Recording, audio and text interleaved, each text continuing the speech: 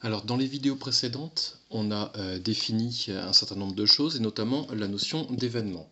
Un événement a été défini comme une partie d'oméga, autrement dit, un élément de P d'oméga. Donc maintenant, on va commencer à vouloir quantifier les chances qu'un événement a ou non d'être réalisé. Et donc, à partir de maintenant, on va introduire la notion de probabilité. Alors, au collège ou au lycée, la notion de probabilité a été définie comme étant un nombre. À partir de maintenant, on ne va pas définir la probabilité comme étant un nombre, mais on va plutôt voir ça comme étant une application. Définition 7, donc soit oméga un univers fini, on appelle probabilité toute application, qu'on notera grand P, de P d'oméga dans 0,1.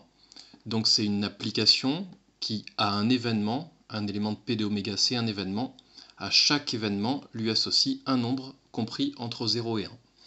Et cette fonction, cette application, vérifie de plus deux propriétés.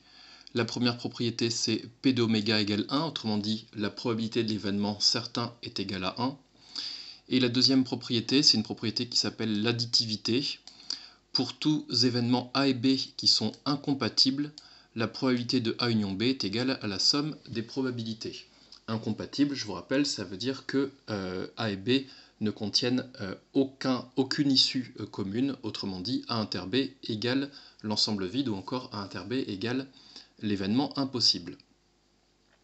Donc une probabilité est donc une application et non pas un nombre. Cependant, évidemment, si A est un événement, P de A est bien un nombre qui est appelé la probabilité de grand A. Définition 8, on appellera espace probabilisé fini tout simplement la donnée d'un couple oméga P, donc où oméga est un univers fini, c'est-à-dire un ensemble fini, et P une probabilité, c'est-à-dire une application définie sur P d'oméga à valeur dans 0,1 et qui satisfait ces deux conditions. Évidemment, un même univers peut être muni de plusieurs probabilités. Par exemple, si on considère le lancer d'un dé à 6 faces, donc ça c'est une expérience aléatoire. Avec cette expérience aléatoire, on peut définir un univers, par exemple l'ensemble des entiers compris entre 1 et 6. Et évidemment, cet ensemble oméga peut être muni de plusieurs probabilités, qui dépendront notamment du dé qu'on utilise, et de savoir s'il est truqué ou pas, et savoir comment il est truqué. Donc vous voyez que rien que sur cet exemple, qu'un même univers, un même ensemble fini, peut être muni de plusieurs probabilités différentes. Maintenant, on va voir un certain nombre de propriétés qui sont systématiquement vérifiées par une probabilité. Donc je prends oméga P, un espace probabilisé fini, et on prendra A et B deux événements. Donc la première propriété, c'est que la probabilité de l'événement impossible est nulle. La deuxième, c'est que la probabilité de B privé de A vaut P de B moins P de A inter B. La seconde, P de A bar est égal à 1 moins P de A.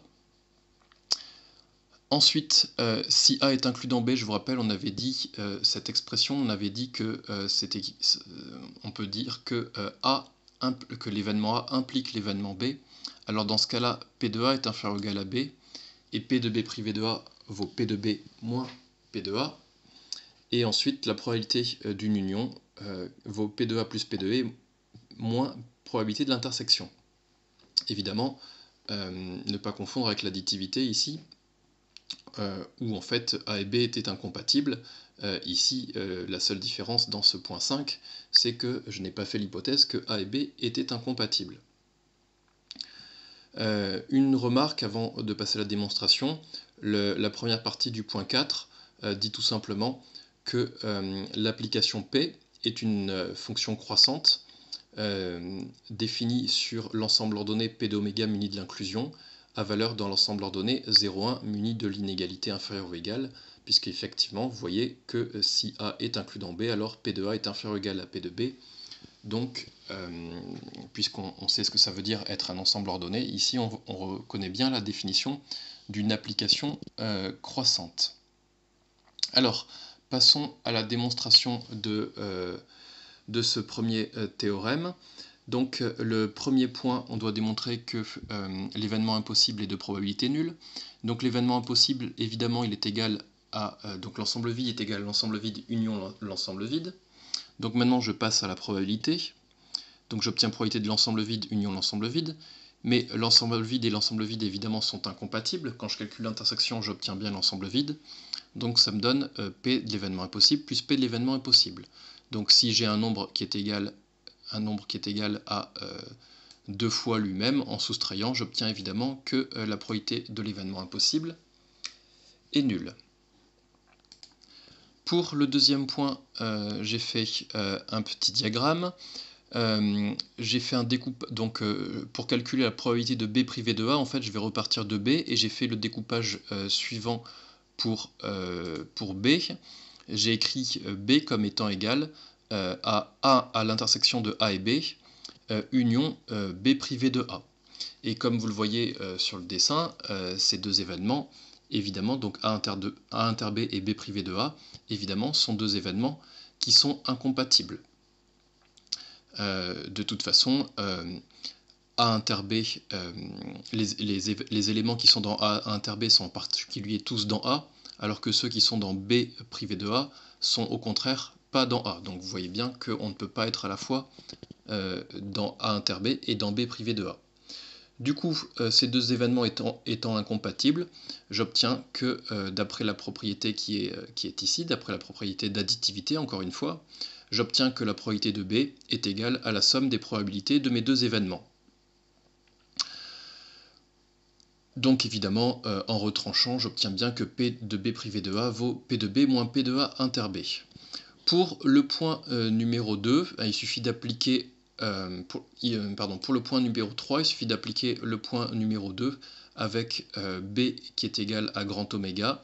J'obtiens alors P de oméga privé de A est égal à P de oméga moins probabilité de A inter oméga. Oméga privé de A, c'est justement A bar. La probabilité de oméga, par définition, elle vaut 1, et A inter oméga, évidemment, ça vaut A. Alors, pour démontrer le quatrième point, on va commencer par démontrer l'égalité P de B privé de A égale P de B moins P de A. Pour ce faire, on va appliquer le point 2, donc P de B privé de A égale P de B moins P de A inter B, sauf qu'en plus ici A est inclus dans B, donc tout simplement l'intersection A inter B, si A est contenu dans B, quand j'intersecte les deux, j'obtiens évidemment A. Donc le point 2 me donne directement P de B privé de A égale P de B moins P de A. Et puis comme P de B privé de A est un nombre positif, par définition, la probabilité d'un événement est toujours un nombre positif, c'est ce qu'on a vu dans la définition ci-dessus. Du coup, j'obtiens bien que P de B moins P de A est positif, autrement dit, P de A est bien inférieur ou égal à P de B. Pour démontrer le cinquième point, c'est-à-dire pour calculer la probabilité de A union B, dans le cas où A et B ne sont pas des événements incompatibles, enfin dans le cas général en tout cas, je vais me ramener à des événements incompatibles en réécrivant la réunion A union B sous la forme A union B privé de A. Donc A union B, je l'ai réécrit comme étant la réunion de toute la partie blanche, grand A, union toute la partie bleue, B privé de A. Or, ces deux événements A et B privé de A, encore une fois, ils sont incompatibles. Donc la probabilité de A union B, ce sera la même probabilité que de cette union évidemment, mais donc ce sera la probabilité de A plus la probabilité de B privé de A. Et donc on conclut en appliquant le point 2, puisque la probabilité de B privé de A, on a déjà démontré qu'elle valait P de B moins P de A inter B.